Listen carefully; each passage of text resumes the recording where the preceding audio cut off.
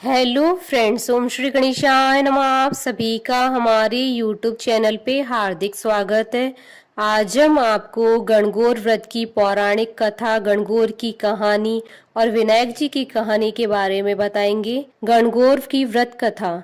चैत्र का महीना आया। पार्वती जी को भाभी के उजड़ने के लिए पियर जाना था, तो महादेव जी बोले हम भी तुम्हारे साथ चलेंगे। तो ईसर और गौरा जी नंदी को साथ लेकर निकले। महादेव जी नंदी पर बैठे और पार्वती जी पैदल चलने लगी। तो लोग कहने लगे, देखो आदमी तो सवारी पर बैठा है, औरत को पैदल चला रहा है। महादेव जी उतरे, पार्वती को नंदी पर बैठाया। ये देख लोग कहने लगे, देखो औरत सवारी पर बैठी है और पति पैदल चल रहा है। ऐसा सुन पार्वती जी भी उतर गईं। दोनों पैदल चलने लगे, साथ में नंदी भी चलने लगा।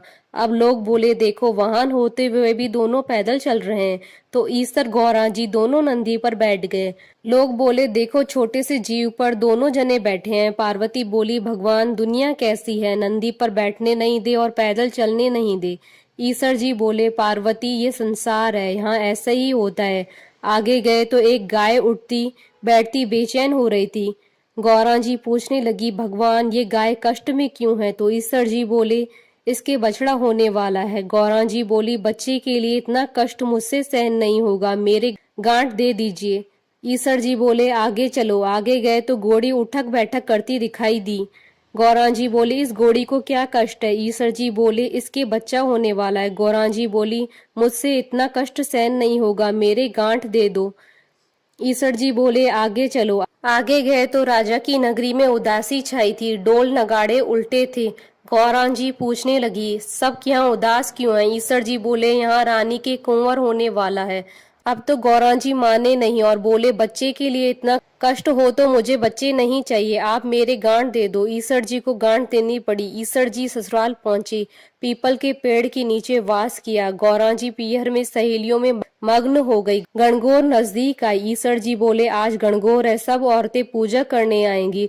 सवेरे से ही स्त्रियां पूजा करने आने लगी। गौरा जी भी सभी को सुहाग बांटने लगी। दोपहर के समय नदियों की औरतें ओढ़ पहनकर 16 श्रृंगार करके पूजा करने गीत गाती हुई आई। गौरा जी बोली, सुहाग तो सारा बांट दिया, ये औरतें तो अब आई हैं। ईसर बोले, गौरा जी चिट्टी उंगली जल में खोलो, धो, नैनों का सुरमा निकालो, मांग से सिंदूर निकाल, टीकी में से रोली निकाल और सभी स्त्रियों को अमर सुहाग दो। इस वक्त गौरा जी की मांग का सिंदूर, चिट्टी उंगली की मेहंदी, टीकी से रोली, आंखों का काजल लेके लोटे के जल में डालकर ज्वारे से सभी पूजा में आई। कन्याओं व स्त्रियों की अमर सुहाग के छींटे दिए। गौरा जी ने ईसर जी के कहे अनुसार सबको अमर सुहाग दिया। अब ईसर गौरा जी घर आए। ईसर जी जीमने बैठे, जितना बनाया सब जीम गए। अब गौरा जी भी जमीन पर बैठी तो माँ बोली, बेटी मैं थोड़ा और भोजन बनाती हूँ। तो बेटी बोली, माँ मैं तो बेटी हूँ, कुछ भी खा लूंगी। और गौरा जी ने जला बटिया और बथुआ की पीढ़ी खाकर लोटा भर पानी पी लिया। माँ ने सीख दी। वहां से निकलकर ईसर गौरा जी पीपल के नीचे आए। ठंडी छांव में थकी हुई पार्वती जी को नींद आ गई। ईसर जी ने पार्वती जी के पेट की ढकनी खोली, देखा तो जला हुआ बाटिया और बथुआ की पिंडी थोड़े से पानी के साथ पड़ी थी। ईसर जी ने ढकनी वापस ढक दी। पार्वती जी जागे तो ईसर जी ने पूछा, गौरा क्या क्या जीमा? गौरा जी बोली, ईसर जी जो आपने जीमा वही हमने जीमा। ईसर जी कहने लगे, पार्वती सच बोलो। गौरा जी बोली, रसोई में माँ भेद थोड़ी करेगी। ईसर जी बोले, देखो गौरा जी तुम्हारे पेट में जला बाटिया व बथुए की पिंडी के अलावा थोड़ा सा जल है। गौरा जी बहुत नाराज हुई और बोली, देखो भगवान आज तो आपने मेरी पेट की ढकनी खोली, ऐसा जगत के साथ मत करना। पियर की बात ससुराल और ससुराल की बात पियर में नहीं करनी चाहिए। पार्वती इतना बोली और ईसर गौरा जी वापस कैलाश पर्वत के लिए रवाना हुए। आगे देखा राजा के यहाँ शहनाइयां बज रही हैं, लोग खुशियां मना रहे हैं, रानी बहुत खुश है। गौरा जी बोली, कुंवर होने पर इतनी खुशी होती है, आप मेरी कृपा करके गांठ खोल दें।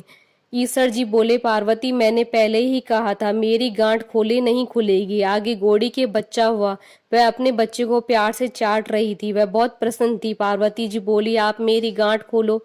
महादेव जी बोले, ये गांठ नहीं खुलेगी। आगे गाय अपने बच्चे को प्यार से चाट रही थी और बहुत खुश हो रही थी और इस गाय की मालकिन भी बहुत खुश थी। पार्वती जी सोचे, जानवरों को बच्चों की इतनी उमंग है तो मानव की तो क्या बात है। और ईसर जी से बोली, भगवान मेरी गांठ खोलो, नहीं तो मैं आगे नहीं चलूंगी। इस पर ईसर जी बोले, अब कुछ नहीं हो सकता है। थोड़े दिन बीते, पार्वती जी ने अपने मैल का पिंड बनाया और उसमें प्राण फूके। उस बालक को रखवाली रख के पार्वती जी स्नान करने गई। भगवान आए, बालक ने उनको अंदर नहीं जाने दिया तो भगवान ने पूछा कि तू कौन है? बालक बोला, मैं पार्वती पुत्र हूँ। भगवान सोचे, यह पुत्र कहाँ से आया? त्रिशूल से उस बालक का गला काट दिया। माँ पार्वती जी आई, देखा और बोली, भगवान मेरे पुत्र को वापस जीवित करो। तो शिव जी ने गणों को भेजा कि जो स्त्री अपने पुत्र से विमुख होकर पीठ देकर सो रही हो, उसी बच्चे का सिर काट कर ले आओ। गण सभी जगह घूमते घूमते जंगल में पहुंचे, जहां एक हथनी अपने बच्चे से विमुख होकर सो रही थी। गण उसका सिर काट लाए। भगवान ने उस सिर को बालक के शरीर पर जोड़ दिया और अमृत का छींटा दिया। बोले, दुनिया में सबसे पहले गौरी पुत्र गणेश जी की पूजा होगी, बाद में दूसरे देवताओं की पूजा होगी। खोटी की खरी अधूरी पूरी, हे गणगौर माता हम सबको अमर सुहाग देना। गणगौर की कहानी। राजा का बोया जो चना, माली ने बोई दूब। राजा का जो चना बढ़ता जाए, पर माली की दूब घटती जाए। एक दिन माली हरी हरी घास में कंबल ओढ़ के छुप गया। छोरियां आई दूब लेने, दूब तोड़कर ले जाने लगी तो उनका हार खोसे, उनका डोर खोसे। छोरियां बोली, क्यों मारा हार खोसे, क्यों मारा डोर खोसे? 16 दिन गणगौर के पूरे हो जाएंगे तो हम पुजापा दे जाएंगे। 16 दिन पूरे हुए तो छोरियां आई पुजापा देने। माँ से बोली, तेरा बेटा कहाँ गया? माँ बोली, वो तो गाय चराने गयो है। छोरियों ने कहा, ये पुजापा कहाँ रखे? तो माँ ने कहा, ओबरी गली में रख दो। बेटो आयो गाय चरा कर और माँ से बोलियो, माँ छोरियां आई थी। माँ बोली, आई थी, पुजापा लाई थी। हाँ बेटा लाई थी।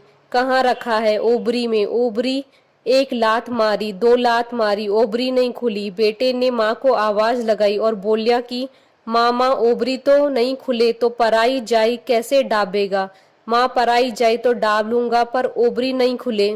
माँ आई, आंख में से काजल निकाला, मांग में से सिंदूर निकाला, चिट्टी अंगुली में से मेहंदी निकाली और छींटो दियो, ओबरी खुल गई।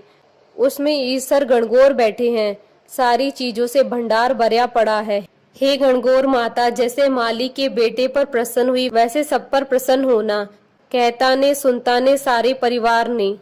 गणपति जी की कहानी। एक मेंढक था और एक मेंढकी थी। दोनों जल सरोवर की पाल पर रहते थे। मेंढक दिन भर टर टर करता था, इसलिए मेंढकी को गुस्सा आता था और मेंढक से बोलती, दिन भर तू टर टर क्यों करता है? जय विनायक कराकर एक दिन राजा की दासी आई और दोनों जना को बर्तन में डालकर ले गई और चूल्हे पर चढ़ा दिया। अब दोनों खदबद खदबद सीजने लगे। तब मेंढक बोला, मेंढकी हम मर जाएंगे। मेंढकी गुस्से में बोली कि मरिया, मैं तो पहले ही थाने बोली थी, दिन भर टटर करना छोड़ दे। मेंढक्यों बोलो, अपना ऊपर संकट आयो, अब तेरे विनायक जी को सुमर नहीं किया तो हम दोनों मर जाएंगे। मेंढकी ने जैसे ही विनायक जी का सुमरन किया, इतने में डंडो फूटियो, हांडी फूट गई। मेंढक व मेंढकी को संकट टूटियो, दोनों जन खुशी खुशी सरोवर की पाल पर चले गए। हे विनायक जी महाराज, जैसे मेंढक मेंढकी का संकट मिटा, वैसे सबका संकट मिटे।